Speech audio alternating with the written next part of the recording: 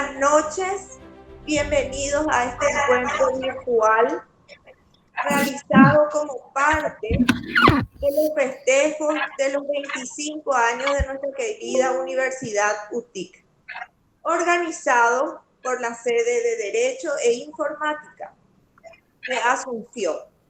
Saludos a todos los que están conectados a esta transmisión, directivos, funcionarios, docentes y estudiantes de nuestra universidad. Para dar inicio oficial de este evento, escucharemos las palabras de nuestra máxima autoridad, nuestro señor rector, profesor doctor Hugo Ferreira González. Adelante, doctor. Bien, buenas noches a todos, muy apreciados alumnos, doctora Patricia Yusit, profesor Víctor Benítez, licenciada Cintia Mieres, docentes, alumnos y egresados de nuestra institución y alumnos de otras universidades que nos están acompañando, y docentes y profesionales del fuero judicial y de otros ámbitos que también nos están acompañando. Para mí es un placer estar en este momento presentando al profesor Víctor Benítez para que nos alumbre, nos ilumine sobre expedientes electrónicos. Muchas personas lo están manejando, evidentemente, pero es importante que toda la comunidad jurídica se ponga al día de manera que utilice las nuevas herramientas disponibles para que los procesos sean más dinámicos, se facilite el trabajo y finalmente el usuario final, el cliente, pueda también sentirse más tranquilo y seguro porque la tecnología nos ayuda en ese sentido, ¿verdad? Esperamos que esta noche sea un momento de aprendizaje. Ustedes saben que en el ámbito, la parte tecnológica, siempre hay algo más para aprender. Entonces, en este siglo, donde la tecnología está manejando toda la actividad humana, se vuelve fundamental que nosotros, ustedes del ámbito, abogados, manejen esto con suficiencia de manera a posicionarse de la mejor manera dentro de la actividad jurídica que les toca desarrollar. Le deseo al profesor Víctor Benítez una exitosa presentación y a todos un aprovechamiento adecuado de una herramienta tan importante en este momento. Muchas gracias. Muy bien. En esta ocasión, como ya todos saben, vamos a la conferencia, será sobre el expediente judicial electrónico, a cargo del profesor abogado Víctor Lorenzo Benítez Coronel, abogado por la Universidad Tecnológica Intercontinental, egresado en el año 2013. También fue integrante del equipo ganador de la competencia interuniversitaria de juicios orales con énfasis en derechos humanos del mismo año. Especialista en didáctica superior universitaria por la Facultad de Filosofía de la Universidad Nacional de Asunción. Docente, capacitador del Centro Internacional de Estudios Judiciales de la Corte Suprema de Justicia. Docente universitario, titular de la Cátedra de Técnica Jurídica y Técnica de Litigación de la Universidad Autónoma de Comercialización y Desarrollo. Titular de las cátedras de Derecho Civil, Contratos, Derecho Procesal Civil y Análisis de Jurisprudencias en la Universidad Privada del Este. Realizó el curso de taller sobre delitos informáticos y las nuevas tecnologías con la Corte Suprema de Justicia y la Brigada de Investigación Tecnológica de la Dirección de la Policía y la Guardia Civil Española. Actualmente cursando la maestría en Derecho Civil y Procesal Civil en la Universidad Tecnológica Intercontinental. Adelante, profesor, lo escuchamos. Muy buenas tardes, noches para todos. Para mí es un placer estar nuevamente en mi casa de estudios, porque como ya leyó la doctora Patricia, yo me recibí de abogado en nuestra casa de estudios, le tengo un gran cariño y un gran afecto, que sigo estudiando en nuestra casa de estudios. Y bueno, hoy les traigo algo que, como dijo el doctor Ferreira, es algo importantísimo para el profesional y, ¿por qué no, para el estudiante también? El expediente electrónico, algo que en años anteriores parecía algo que estaba un poquito lejano. Hoy tenemos expediente electrónico en casi todo el país y del mismo modo se pueden tramitar los expedientes desde el lugar donde nos encontremos, aún igual si es que estamos en el interior del país y necesitamos de tramitar el expediente electrónico en la ciudad donde se encuentra el expediente electrónico. Lo que yo les traigo es una acordada digital de la Corte Suprema de Justicia, donde nos da una cierta luz de cómo trabajar dentro del expediente electrónico y cuáles son las nuevas disposiciones que tiene la Corte Suprema de Justicia para la herramienta digital de la que estamos hablando. Primero que nada es la acordada 1335 del año 2019, la que aprueba este instructivo de expediente judicial electrónico y trámite electrónico que unifica la gestión en los juzgados. Entonces, esta acordada es del año 2019, donde el expediente electrónico empieza a tomar más fuerza, no solamente en los juzgados de capital, sino que también en la mayoría de los juzgados del interior hoy día. Esta acordada modifica dos acordadas importantes y ya entramos en el tema directamente porque modifica la acordada número 9 del año 1934 y la número 9, coincidentemente, pero del año 1971. La acordada número 9 del 28 de diciembre de 1934 determinaba que todo expediente debía tener una carátula y el contenido de esa carátula.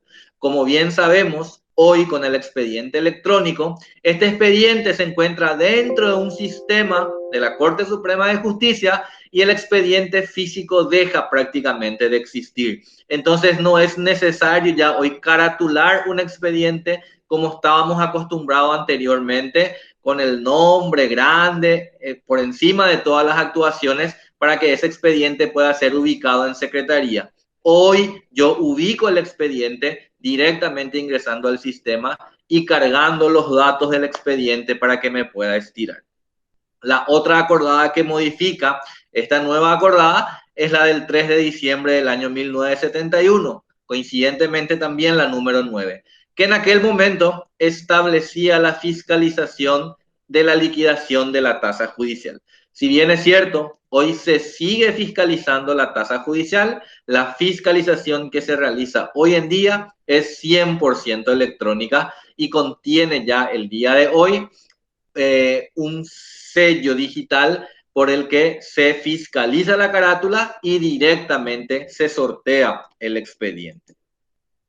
Lo que anteriormente teníamos era este tipo de carátulas, ¿sí?, en el expediente, y hoy ya no es necesario que esto esté dentro del expediente digital.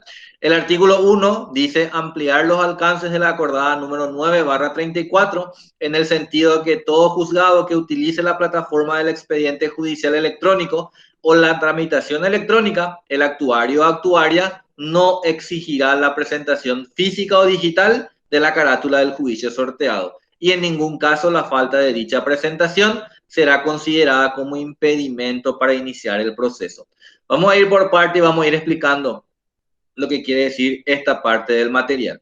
Anteriormente, nosotros ya teníamos el sorteo electrónico de causas aproximadamente del año 2013. Nosotros ya no nos manejamos con turnos en los juzgados, sino que nos manejamos con un sorteo electrónico de causas, un sorteo que aleatoriamente me va indicando en qué juzgado va a tramitarse el expediente que yo acabo de sortear. En los primeros tiempos del expediente electrónico era obligatorio para el profesional escanear esa carátula y colocar dentro de las actuaciones del expediente. Hoy en día ya no hace falta y no es motivo de que sea rechazado un expediente o que se le pida a un profesional que primero coloque la carátula y después continuar con los trámites.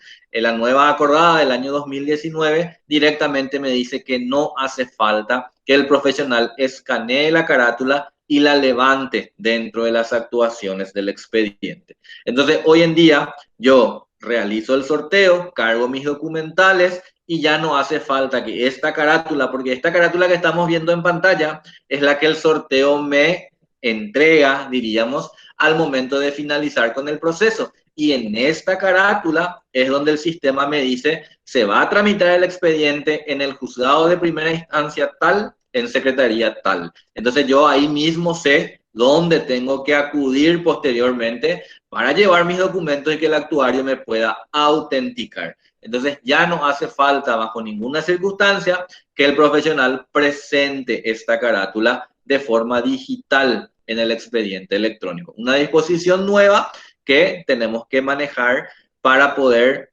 tramitar y trabajar mucho mejor a partir de este momento. La fiscalización electrónica es otra cosa que cambia. Anteriormente, el profesional procedía a hacer el sorteo. Una vez que se sorteaba el expediente, nos daba la carátula que acabamos de ver en la diapositiva anterior y eso se llevaba al Departamento de Ingresos Judiciales.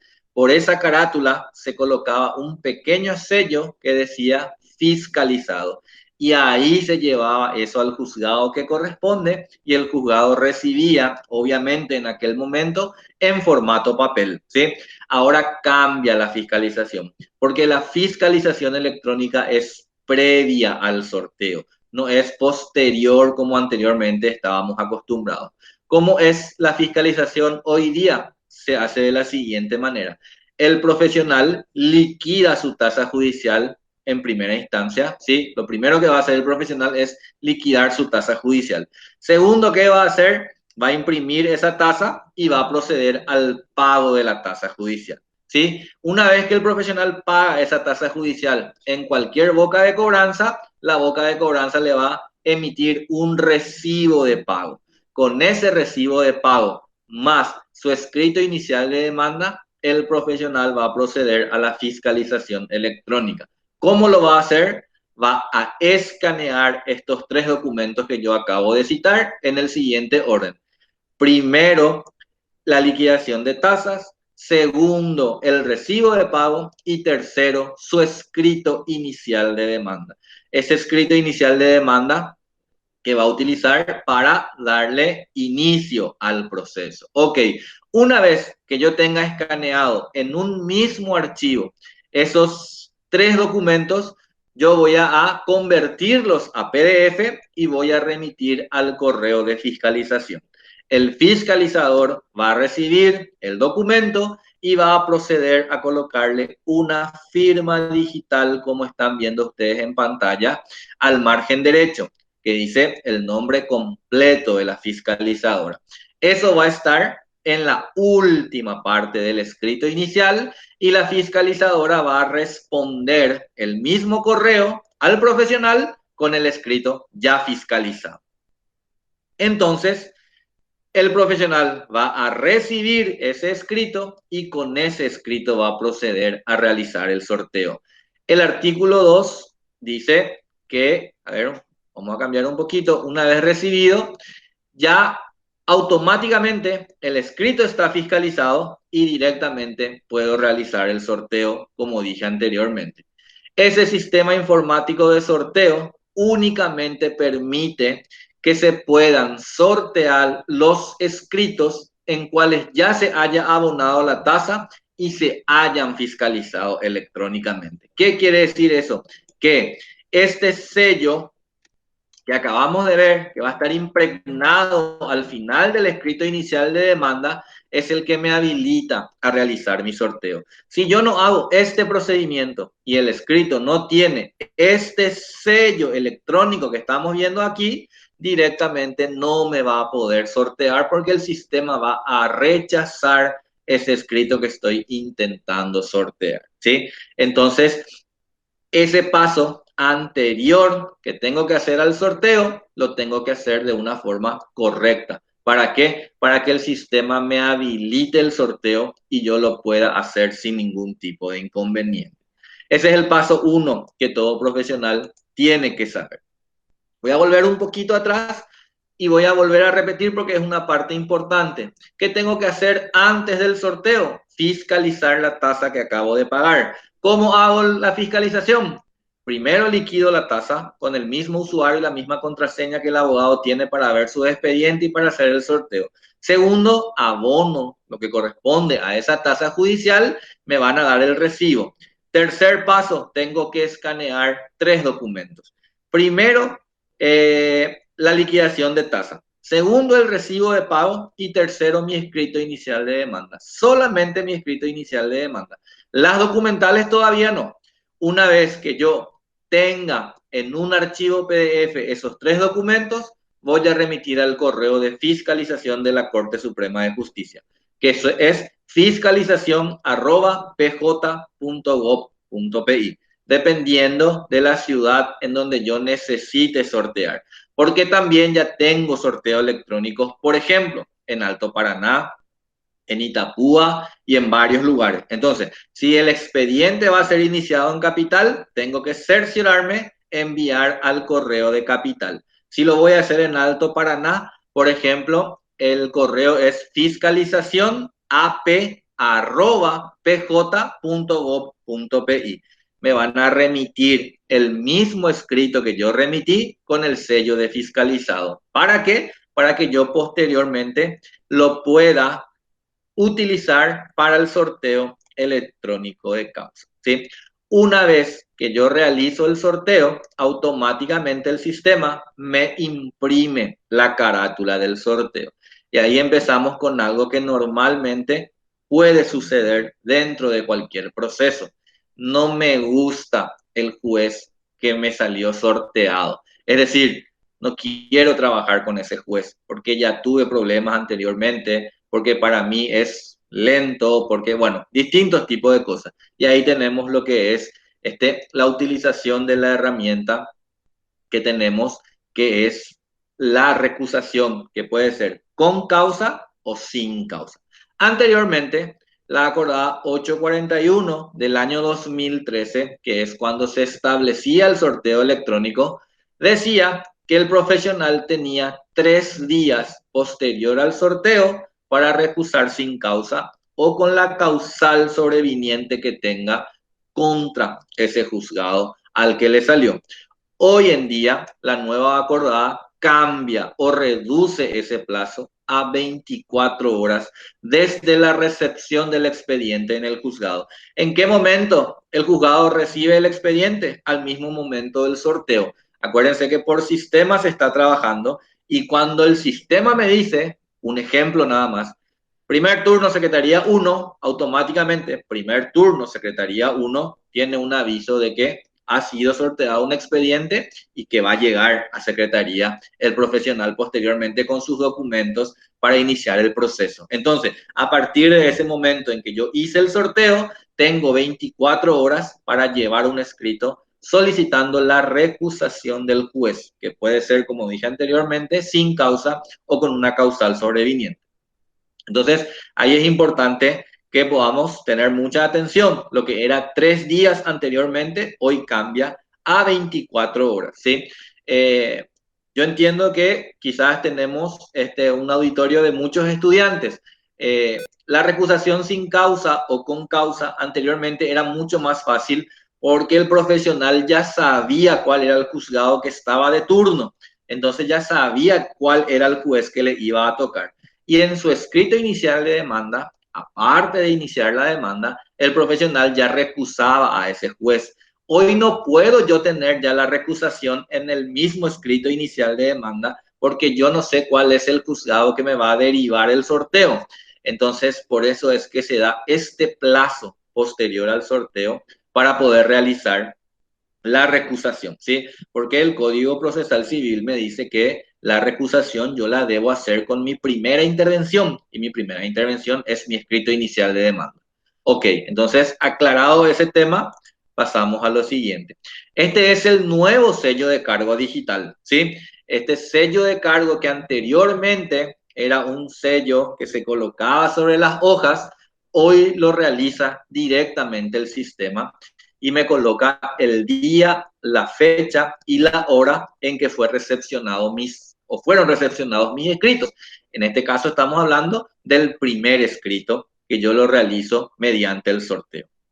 Ok, entonces esto también cambia un poquito, ya no es que el funcionario recibe y el funcionario con su letra coloca a qué hora está recibiendo el escrito, sino que es el mismo sistema el que me genera el día y la hora en que yo estoy presentando mi escrito o mis documentos en su caso. Para el sorteo, porque continuamos hablando de primera instancia lo que es el sorteo, hay un orden en que se debe regir para poder levantar los documentos en el sorteo. Y el orden es el siguiente, ¿sí? Los originales o documentos originales que yo voy a presentar con mi escrito inicial de demanda pueden ir escaneados en un mismo archivo con mis documentos autenticados, ¿sí? ¿A qué yo denomino documentos autenticados? A aquellos documentos que fueron autenticados por un escribano, por ejemplo, ¿sí? Que al ser autenticados por un escribano tienen la misma calidad que un documento original. Ok, entonces, estos dos tipos de documentos pueden ir en un archivo PDF sin ningún tipo de inconveniente. Ahora, si yo tengo una copia simple que yo quiero que esté dentro del expediente, no tengo el original para autenticar, pero igual quiero que esté constando en el expediente, yo lo voy a hacer en otro archivo distinto. ¿Por qué? Porque el actuario, al momento de recibir, debe autenticar digitalmente estos documentos originales que le estamos llevando o cerciorarse de aquellos que fueron autenticados por un escribano. Si yo le coloco las copias simples en el mismo archivo que los originales, no podrá proceder a la autenticación digital, porque cuando hoy en día estamos hablando de archivos PDFs, es un archivo PDF que puede contener varias hojas.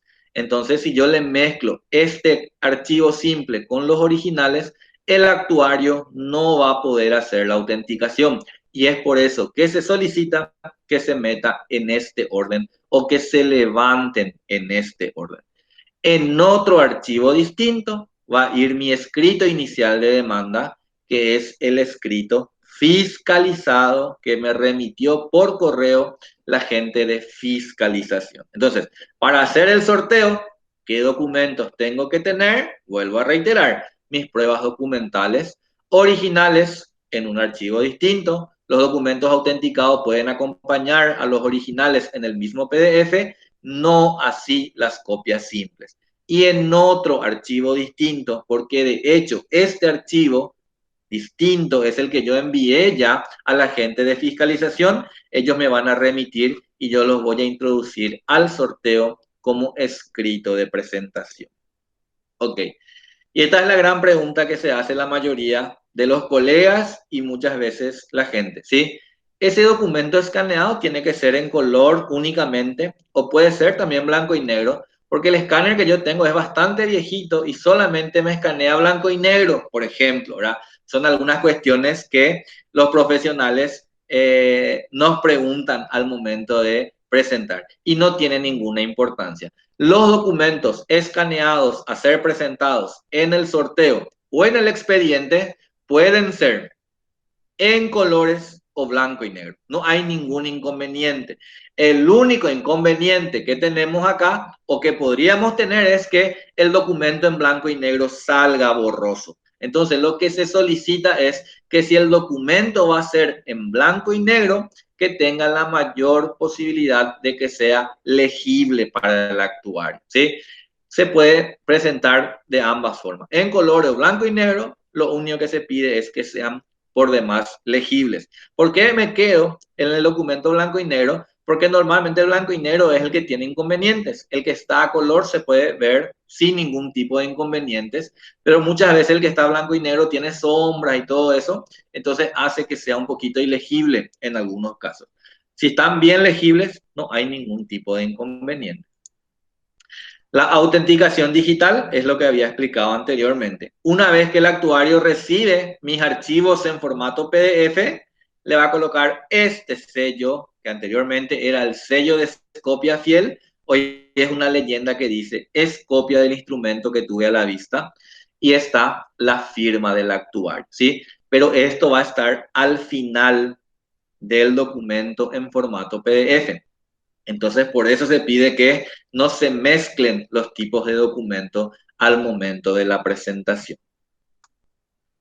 ¿Cuál es la capacidad tope que tiene un documento para poder colocar en el sorteo? Y acá quiero aclarar bien este tema, porque solamente esta capacidad es para el sorteo, ¿sí? Ya en el expediente electrónico, la capacidad es mucho más grande que los 4,5 megas que me indica el material aquí cuando estamos hablando del sorteo. ¿Por qué? Y paso a explicar por qué.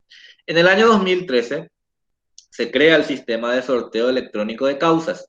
Y para sortear una causa, yo únicamente necesitaba el escrito inicial de demanda, ¿sí? Ese escrito inicial de demanda yo colocaba en PDF y, así, y realizaba el sorteo.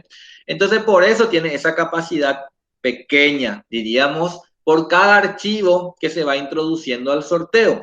Esta capacidad de 4,5 megas equivale a aproximadamente un archivo PDF con contenido de 9 páginas, máximo 9 páginas. Si le pongo 10, ya el sistema no me recibe.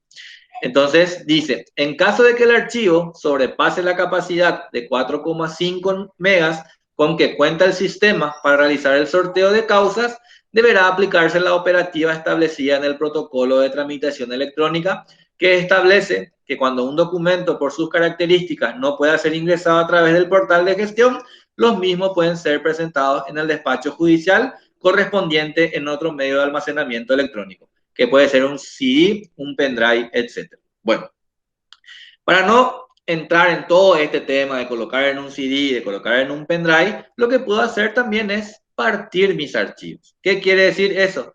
Colocar 9 hojas de un lado, 9 hojas de otro lado, y lo que era un archivo PDF, convertirlo en 2 de 4,5 megas cada uno. Ejemplo, si mis documentales tienen 18 páginas, hago primero el escaneo de 9 páginas y después, aparte, el escaneo de otras 9 páginas. Que eso ingrese cortado al sistema no tiene ningún inconveniente. No es que no vale mi documento porque mi poder yo lo corté en 2, no hay ningún inconveniente. Solamente tiene que ser legibles y se tiene que cortar en un lugar correcto, diríamos, para que el siguiente archivo pueda tener continuidad y se pueda leer sin ningún tipo de inconveniente.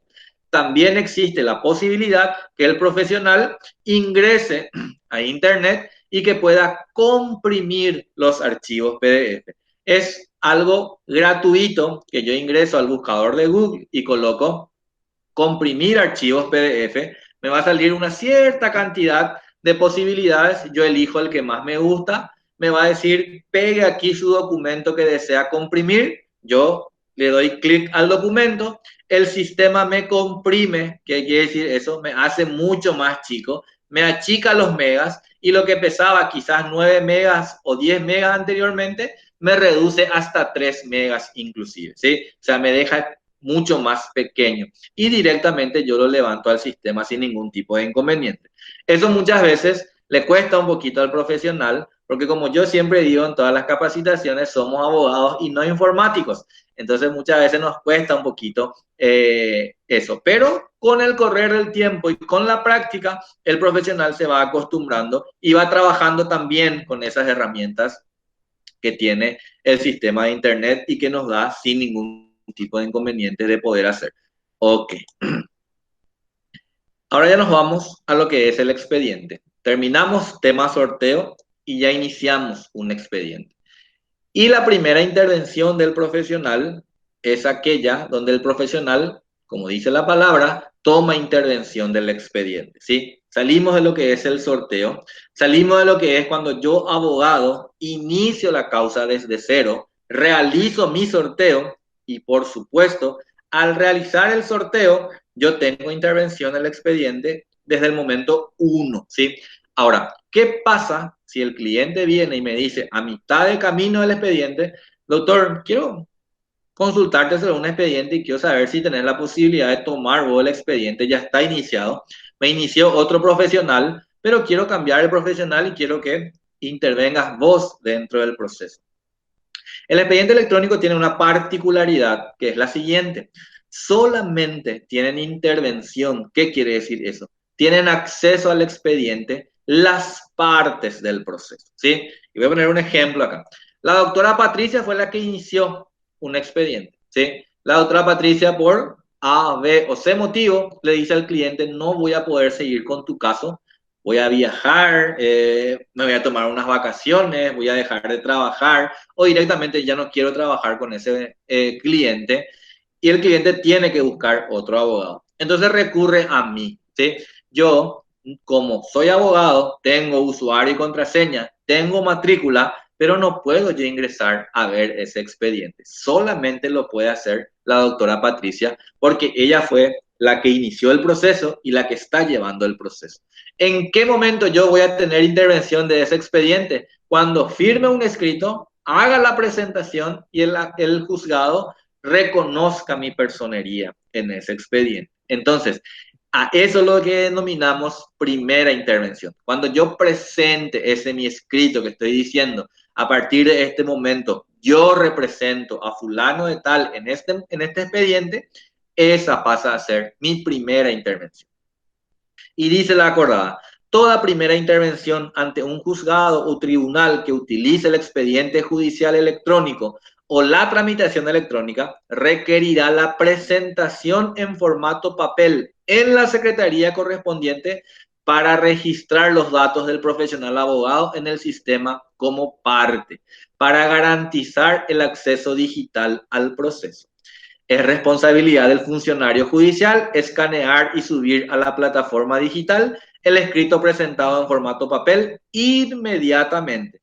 Esta disposición pretende evitar la indefensión de las partes y que terceros ajenos al proceso tengan acceso digital en forma irresponsable, ¿sí? Lo que busca el expediente electrónico es, si Patricia es la parte actora de la demanda y la doctora Cintia es la parte demandada, solamente ellos dos tienen acceso al expediente. Yo, que soy un tercero, en este caso abogado tercero, no tengo intervención, no puedo ingresar a ver lo que ellos están trabajando. Ahora, cuando el cliente me contrate a mí, yo tenga el escrito firmado por el cliente que dice que a partir de ese momento yo soy su abogado, ahí recién yo voy a tener acceso al expediente. Una vez que llevé en papel mi escrito en secretaría, secretaría me recibió y cargó mi nombre como parte del proceso, ¿sí? Y me quedo con la última parte de la diapositiva: que terceros ajenos al proceso tengan acceso digital en forma irresponsable,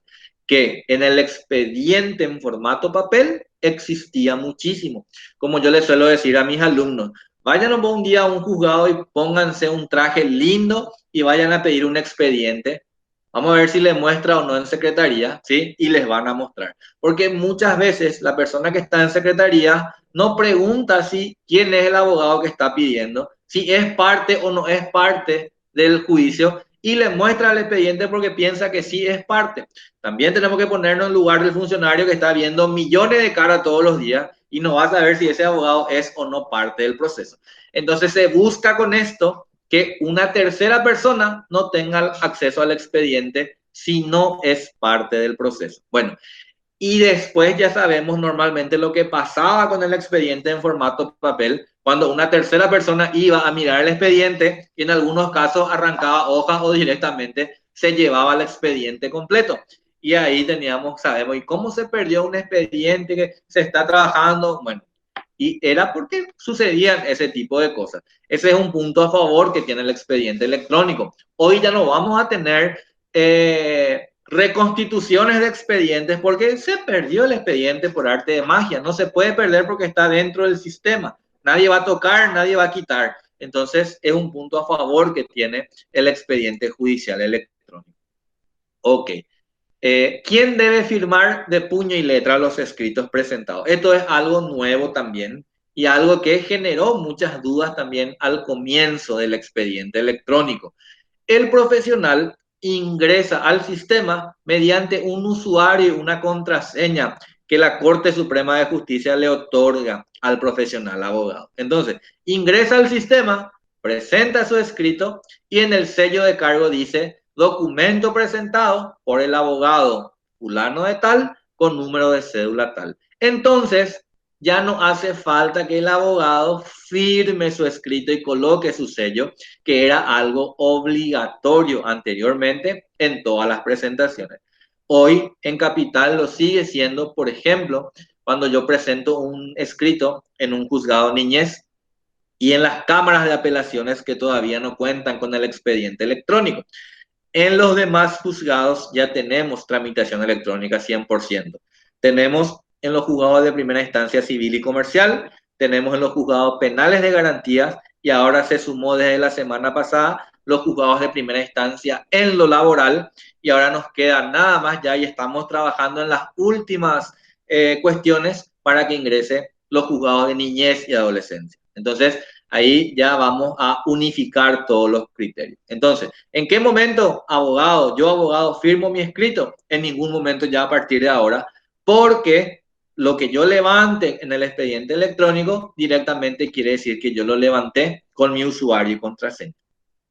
Ahora, si yo le represento a mi cliente, ¿sí? Bajo patrocinio, sí mi cliente tiene que firmar el escrito de puño y letra y coloco su nombre y su número de cédula como normalmente se hace.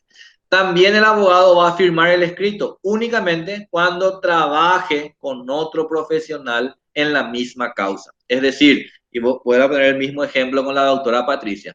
Viene un cliente y nos contrata a la doctora Patricia y a mí como abogado. Trabajamos en equipo con la doctora Patricia, ¿sí? A los dos nos da un poder donde nos dice, ustedes dos son mi abogado a partir de este momento. Y dice el poder, pueden trabajar indistintamente ambos abogados, ¿verdad? Entonces, ¿qué va a pasar? Que yo y la doctora Patricia estamos de acuerdo en todo y presentamos un escrito, obviamente haciendo el escrito los dos, ¿sí? Pero no va a presentar la doctora Patricia el escrito y yo también otro escrito idéntico al de la doctora Patricia y vamos a tener en el expediente dos escritos idénticos. En ese momento es el único momento en que uno de nosotros dos debe firmar el escrito y colocar su sello. ¿Por qué? Porque el otro va a presentar desde el usuario y la contraseña. Entonces ahí lo que se pide es que solamente uno de los dos abogados levante el escrito y que el otro firme de puño y letra el escrito para que al momento de la regulación los dos podamos cobrar el mismo monto trabajado. Solamente a ese efecto. Ok.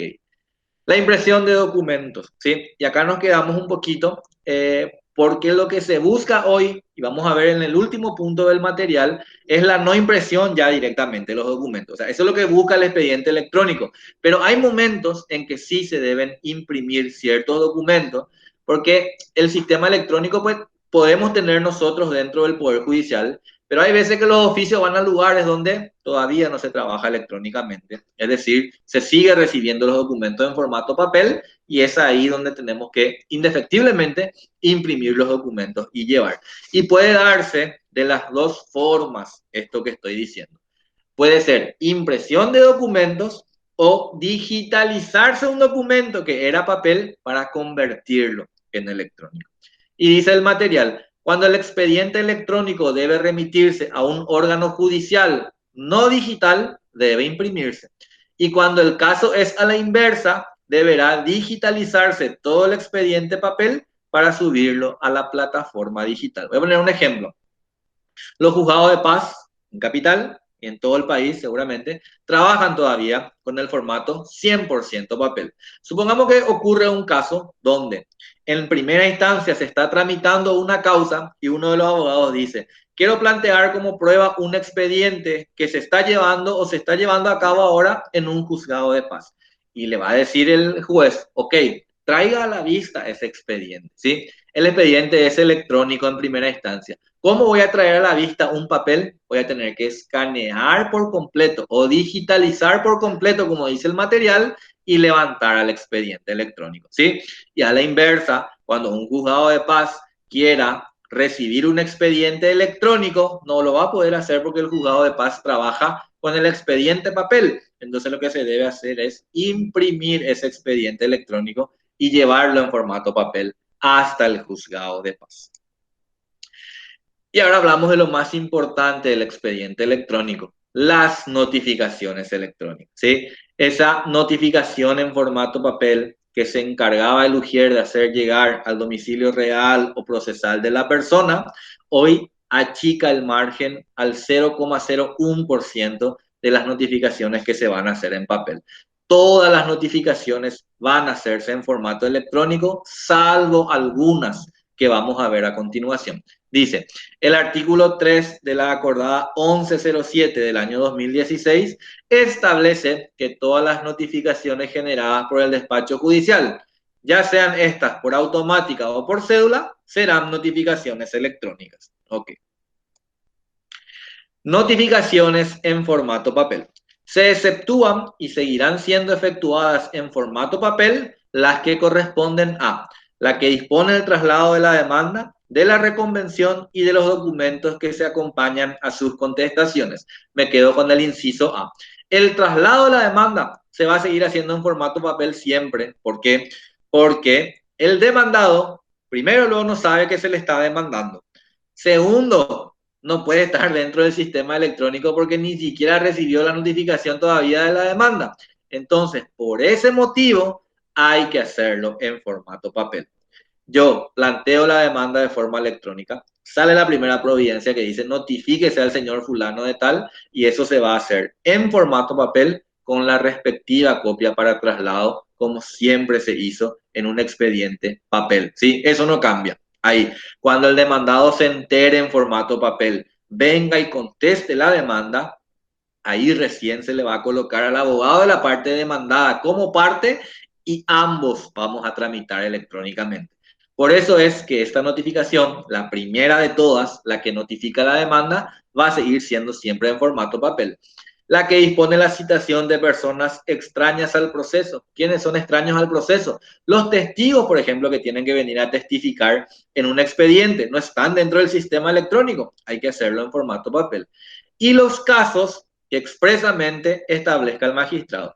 El magistrado también puede establecer que por la importancia del caso o porque quiere que llegue en papel la cédula, va a decir cuáles de las cédulas se va a seguir haciendo en formato papel, pero eso lo va a disponer el magistrado en el momento en que se decida la forma de notificar. Entonces, ojo con esto, la notificación electrónica cambia un poquito lo que anteriormente estábamos acostumbrados a lo que era una notificación en formato papel, ¿sí? ¿Por qué? Porque la notificación electrónica empieza a correr o empieza a tener efecto al día siguiente hábil de que yo recibí esa notificación electrónica. Ok, ¿dónde la voy a recibir la notificación electrónica? En mi bandeja de entrada o en mi bandeja de notificaciones cuando yo ingreso con mi usuario y mi contraseña al portal de gestión de partes. ¿Sí?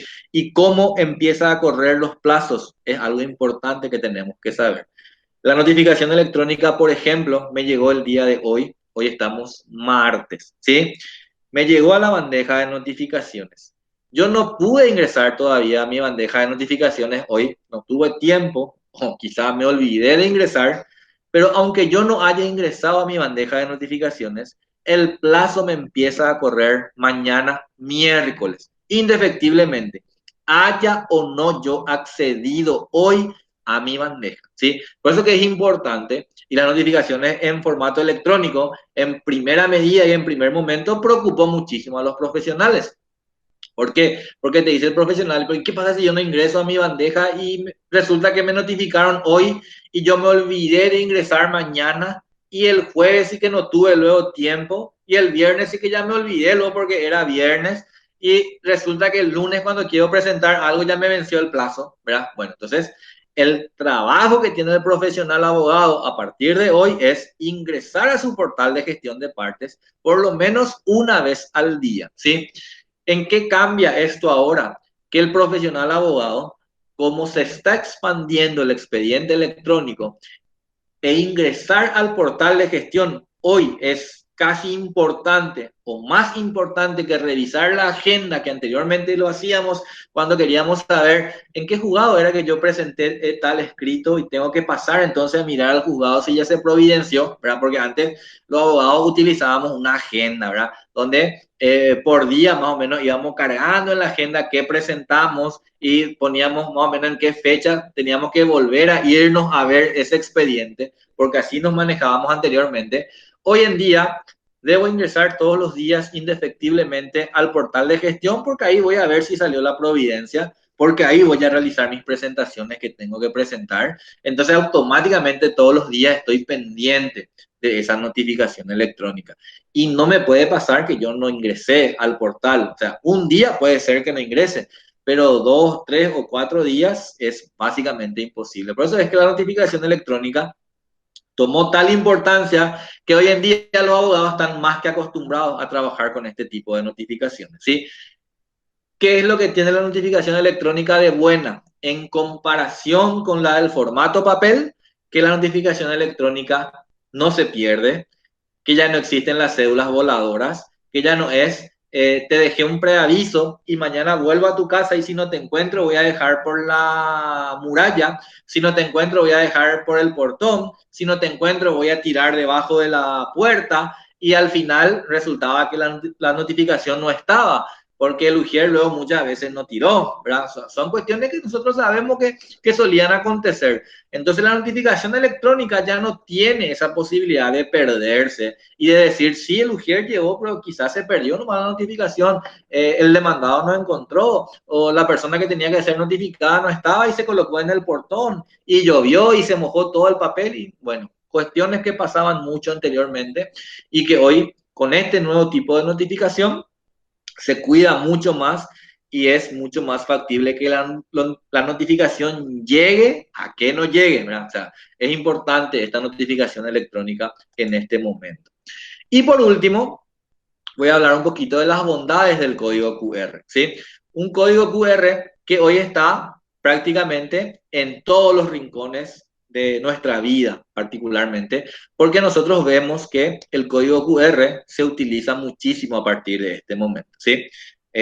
A la gente que nos gusta el fútbol y seguramente más a los varones, ¿verdad? Aunque a las mujeres les gusta mucho, ¿sí? Cuando nosotros vemos transmisiones de fútbol, dice, escanee el código QR y participe del sorteo de tal cosa, ¿sí? O escanee el código QR y haga su presentación de tal cosa. Este código QR es algo que se utiliza ya en todo el mundo y se utiliza básicamente para todo a partir de ahora. ¿Por qué? Porque es un código inteligente que tiene estas cosas que estamos viendo acá, ¿sí? Es un sellito cuadrado, es bidimensional, y yo al colocar el teléfono, el lector de código QR, al código, directamente puedo saber cuál es el contenido que tiene el documento. El código QR, del inglés Quick Response Code, código de respuesta rápida, es la evolución del código de barras. Es un código de barras bidimensional cuadrada o matriz de puntos que puede almacenar los datos codificados. Al escanear un código QR utilizando el teléfono inteligente, se obtiene un acceso inmediato a su contenido. Seguramente aquí también hay mucha gente que utiliza el WhatsApp Web. El WhatsApp Web es más que una herramienta importante, es una herramienta muy cómoda, porque yo cuando estoy trabajando en la computadora, coloco el WhatsApp Web y ahí voy contestando mis mensajes de correo y también mis mensajes de WhatsApp, ¿verdad?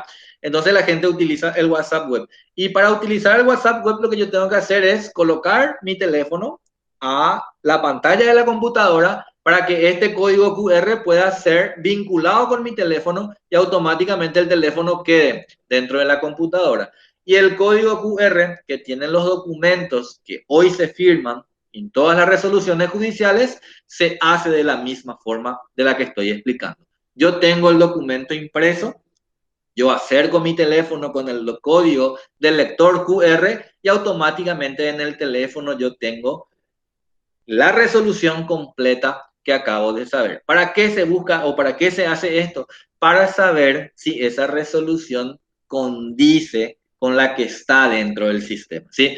Porque hoy al imprimir una resolución, hoy al imprimir un oficio o al imprimir una providencia, es fácil que cualquiera que entienda de informática pueda escanear y cambiar el contenido, por ejemplo, de la resolución, del oficio o de la providencia. Entonces, para asegurarme que lo que dice ese papel que se imprimió es realmente lo que está en el expediente, yo coloco el código QR, ¿sí? Entonces, le coloco el teléfono cerquita del código que está en el papel y automáticamente en el teléfono me va a aparecer el documento real que se firmó en Poder Judicial.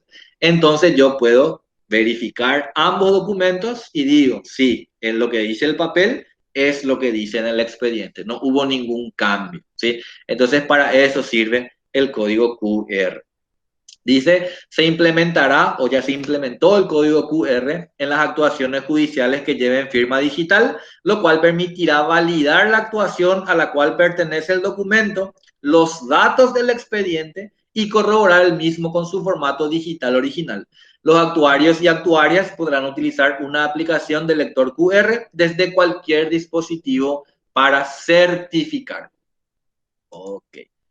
¿Qué tipos de documentos tienen código QR hoy con el expediente judicial electrónico? Las providencias, los autos interlocutorios, las sentencias definitivas, las actas, los informes, los oficios y los mandamientos. En pocas palabras, todas las actuaciones digitales que tienen la firma digital del juez y del actuario hoy tienen el símbolo de código QR.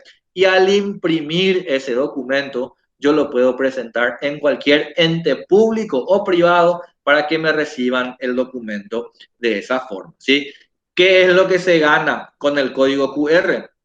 Que el profesional que imprimió la actuación desde su oficina o desde su casa, hablamos de providencia, auto interlocutorio, sentencia definitiva u oficio, no tenga que ir hasta secretaría, que el actuario y el juez le vuelvan a firmar el documento, sino que directamente el profesional imprime ese documento y lo lleva a donde tiene que llevar. Para cerrar, un ejemplo de lo que estoy diciendo, ¿sí? Y vamos a ir a un ejemplo fácil y que todos o la mayoría seguramente conocen. Solicito al juez la disolución de la comunidad conyugal. Un juicio fácil, ¿verdad?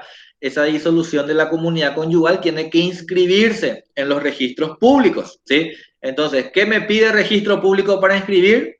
La sentencia o el auto interlocutorio y el oficio dirigido a la Dirección General de los Registros Públicos. Antes yo tenía que sacar una copia del auto interlocutorio, llevarle al actuario para que me autentique y me firme y llevar un oficio original que el juzgado me entregaba, un original, y con eso yo llevaba a la inscripción. Hoy, ¿qué tengo que hacer?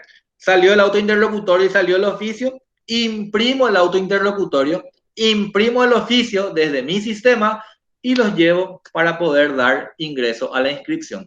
Ya no hace falta de que yo lleve esos documentos para que el actuario me autentique. Directamente yo llevo eso y la gente que me va a recibir, estamos ahora en registro público, me tiene que recibir y tiene que tener en el teléfono celular el lector de código QR. Ese lector de código QR se puede bajar mediante una aplicación que es gratuita. Así como bajo el Cam Scanner, que es una aplicación que sirve para escanear documentos, así como bajo la aplicación del WhatsApp, así como bajo la aplicación de los bancos, cuando tengo cuenta en los bancos y voy a ir sabiendo cuánto dinero tengo en mi cuenta, así como bajo la aplicación de Facebook, así cuando bajo la aplicación del Twitter, yo puedo bajar la aplicación del lector de código QR y lo tengo en mi teléfono. Y cuando tengo un documento en formato papel, yo directamente lo leo con esa aplicación. O sea, que no es que la aplicación o el lector tiene otra vez que ser comprada o tengo que pagar por la aplicación. No, son todas aplicaciones gratuitas. Y es lo que vamos a ver ahora, ¿sí? Se debe descargar la aplicación lector QR desde un dispositivo móvil de Play Store para los celulares Android, que son Samsung, Huawei, y la App Store si el dispositivo es con sistema operativo iOS, que son los iPhone, que siempre tienen un sistema operativo distinto. Las descargas de estos lectores de QR son gratuitas y la preferencia que a criterio quede para el usuario final. Es decir, el profesional o los entes públicos o privados eligen cuáles son los lectores de QR que van a descargar para poder proceder a tener en su teléfono celular. Ok, ¿cómo se utiliza? Yo ya lo expliqué, pero con imagen lo vamos a ver mucho mejor. Este es el teléfono, ¿sí? Se acerca el lector al código pequeñito que vamos a tener debajo de la firma del juez y del actuario, y automáticamente cuando me lea el documento me va a aparecer esto que estamos viendo aquí a la izquierda, ¿sí? Datos del documento verificado, dice, va a decir en el teléfono. El documento proviene de la Corte Suprema de Justicia, del expediente caratulado tal, del año tal, número de expediente tal, y la actuación es una providencia. ¿Qué fecha se firmó la providencia? Y me sale acá. Y si yo quiero tener la providencia completa, voy a darle clic en la opción ver documento y me va a aparecer esto que tengo a la derecha, ¿sí? El documento que está en el expediente. Entonces yo ahí voy a corroborar el papel impreso que tengo con el documento que me expide el código QR. Y voy a leer el documento impreso y voy a leer el documento que está en pantalla para poder saber si condicen todos los datos en uno y en otro, ¿sí?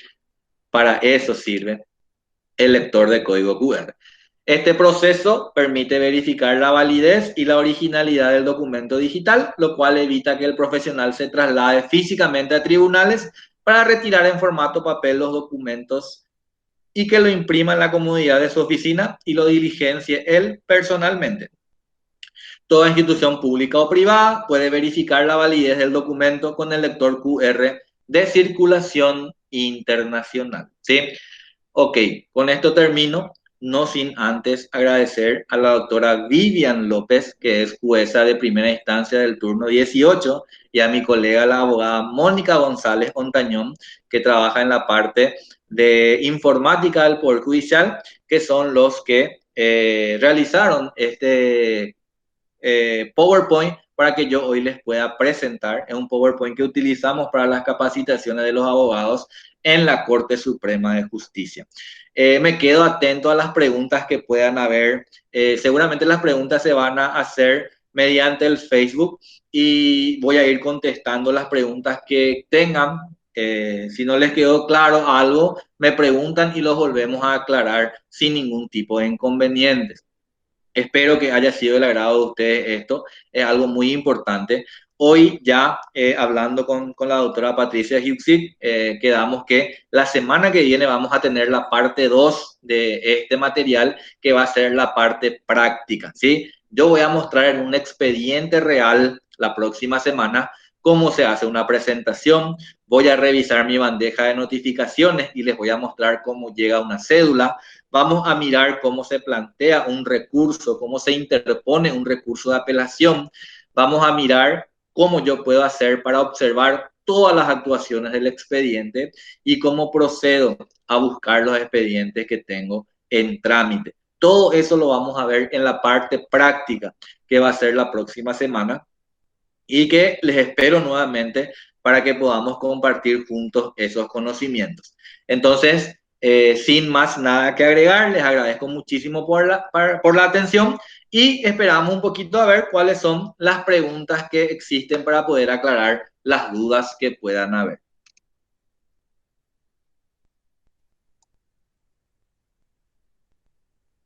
Tu micrófono, doctora Patricia. Ahí está. Parece que quedó claro y creo que la gente, vamos a esperar la segunda clase para preguntar todo lo que hoy nos enseñaste. Vamos a empezar a digerir y entonces en la segunda clase vamos a preguntar y vamos a ver ya en práctica. Te agradezco. Sin ningún problema. Te agradezco muchísimo tu disertación. Contenta de tenerte aquí con nosotros, en tu casa también, la UTIC. Y bueno, si querés dar unas palabras de despedida. Sí, yo te quiero agradecer muchísimo, Patricia, también al doctor Hugo Ferreira y sobre todo a la directora también, Cintia Mieres, por tenerme en cuenta para estos webinarios, ¿verdad? hoy lastimosamente la situación sanitaria que estamos viviendo únicamente nos permite estar en contacto de esta forma, pero siempre agradecido con la universidad que siempre me abre las puertas y obviamente yo también le abro el corazón a la universidad porque uno es muy agradecido al lugar donde estudió y que gracias a la universidad hoy soy lo que soy y estoy donde estoy. Entonces, por eso para mí siempre es un placer estar al servicio de la UTIC. Y bueno, sin ningún inconveniente, yo la próxima semana vamos a fijar una fecha y vamos a dar la parte práctica, que es lo que más le gusta siempre a los colegas abogados, ¿verdad? Nuevamente agradecerte muchísimo, Patricia, y a todas las autoridades de la universidad. Para mí siempre es un placer estar con ustedes. Muchísimas gracias, Víctor. Doctor Ferreira, unas palabras de despedida. Bueno, yo creo que lo de esta noche fue una presentación sin desperdicio, ¿verdad?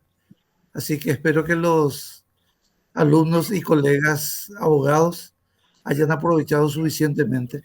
Y como dijo la doctora Patricia, en la práctica van a surgir las preguntas. Siempre en la parte teórica uno queda en la expectativa si interpretó bien o no. En la práctica uno evidencia si entendió o no, ¿verdad? Yo creo que ese va a ser una segunda presentación demasiado interesante y complementario de esto que esta noche estuvimos disfrutando. Gracias, profesor, y felicito por el éxito que estás teniendo en tu vida profesional.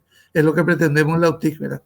Formar profesionales que después se posicionen y sean ciudadanos útiles y honestos, que trabajen en nuestra sociedad, que de ese tipo de personas escasean y la sociedad los necesita, ¿verdad? En estos momentos de crisis nos damos cuenta quiénes somos y quiénes no somos, ¿verdad? Entonces, es importante presencia de personas que se jueguen por un futuro mejor por uno mismo y por el país.